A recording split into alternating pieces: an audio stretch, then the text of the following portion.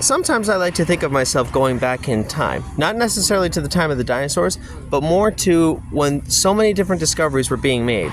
Of course, discoveries are being made every day, but I mean like in terms of animals.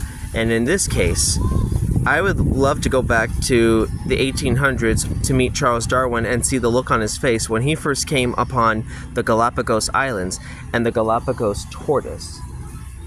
A species of tortoise that, even by standards, this is only considered to be the second largest species of tortoise on the planet. And of course, this is the second largest island species, with the largest island species being the Aldabra tortoise, and even the largest mainland species being the African spurred tortoise.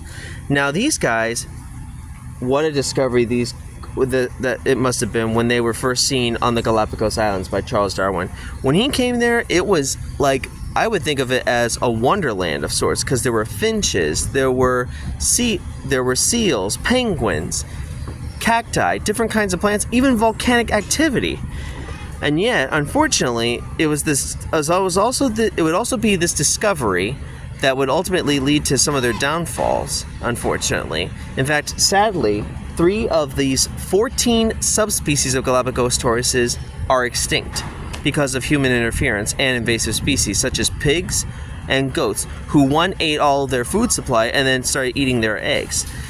In fact, we probably know about Lonesome Jake, who sadly died, and with his death, his specific Galapagos Island tortoise subspecies was declared extinct forever. But thankfully, we're turning that around. We're helping to eradicate as many feral goats and hogs as possible.